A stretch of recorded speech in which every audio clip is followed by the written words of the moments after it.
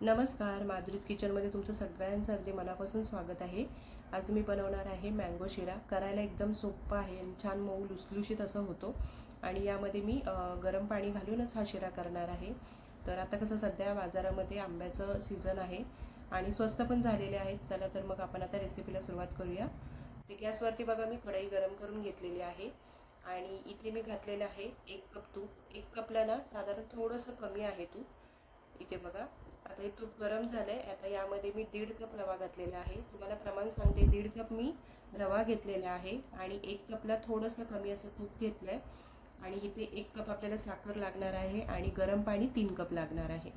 तर आता बघा हा रवा आहे ना, तो तुपावरती आपल्याला छान असा खमंग भाजून घ्यायचा आहे आणि रवा भाजताना ना गॅस आहे तो स्लोच ठेवायचा आहे। स्लो गॅसवरतीच आपल्याला 7 ते 8 मिनिटं हा रवा छान खमंग असा भाजून घ्यायचा आहे आणि एकदम पण आपल्याला लालसर तो रवा करायचा नाही आहे, एकदम छान असा भाजून घ्यायचा आहे। आता इथे भाजताना ना सुरुवातीला आपल्याला हा रवा आहे तो हाताला म्हणजे परतताना जड लागतो, जसा भाजत जातो तसा तो हलका होतो रवा। तर आता इथे तुम्ही बघू शकता रवा आहे तो तुपावरती मी छान असा भाजून घेतलेला आहे। त्यानंतर यामध्ये घातलेले आहेत अर्धी वाटी ड्रायफ्रूट्स आणि यामध्ये तुम्हाला जे आवडतात ते तुम्ही ड्रायफ्रूट्स घालू शकता। तर आता ड्रायफ्रूट्स घातल्यानंतर चांगले परतून घ्यायचं 1 मिनिटभर रवा यामध्ये। आणि आता त्यानंतर आपल्याला घालायचं आहे यामध्ये हे बघा आंबा, हापूस आंबा घेतला इथे मी आणि तो 1 वाटी आहे। 1 वाटी आंब्याच्या अशा म्हणजे फोडी करून घेतलेल्या आहेत। इथे बघू शकता तुम्ही।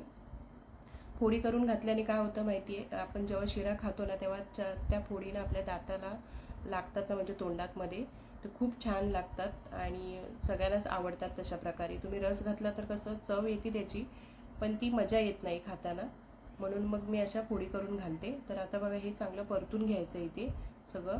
त्यानंतर आपल्याला यामध्ये पाणी घालायचं। आता एका साईडला तुम्हाला दिसत असेल मी पाणी गरम करत ठेवलेलं आहे, तुम्हाला हवं तर तुम्ही यामध्ये गरम दूध पण घालू शकता।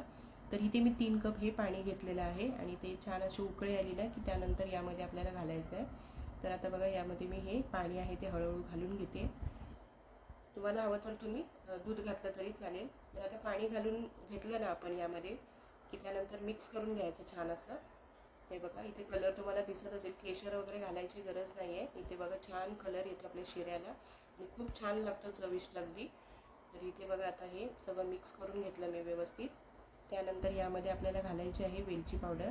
तर आधी आपण हे छान मिक्स करून घेऊया आणि प्रमाण ना आपलं 1.5 वाटी जर रवा आहे तर 3 वाटी याला पाणी घ्यायचं, जसं जे प्रमाण तुम्ही घ्याल त्याप्रमाणे। आता हे बघा यामध्ये मी 1 मोठा चमचावर वेलची पावडर घातलेली आहे आणि ती चांगली व्यवस्थित अशी मिक्स करून घ्यायची आणि त्यानंतर आपल्याला यावरती झाकण ठेवून 4 ते 5 मिनिटं आपल्याला हा वाफेवरती शिरा शिजवून घ्यायचा आहे।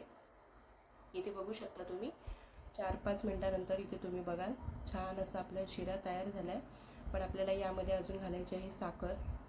तर आता मी यामध्ये 1 वाटीभर साखर घालणार आहे, म्हणजे जे आपण प्रमाण घेतले ना वाटी किंवा तुम्ही जे कप घ्याल ना त्याप्रमाणेच घ्या। तर इथे मी 1 कप इथे साखर घातलेली आहे आणि या प्रमाणामध्ये ना म्हणजे बरोबर गोड लागतं ते।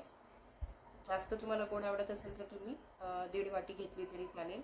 तर आता बघा हे व्यवस्थित मिक्स करून घ्यायचं। इथे बघू शकता तुम्ही साखर घातल्याच्या नंतर थोडासा रवा आपला आहे तो पातळ होतो। हे बघा चांगलं मिक्स करून घ्यायचं। त्यानंतर आपल्याला परत एकदा एक वाफ काढून घ्यायची आहे।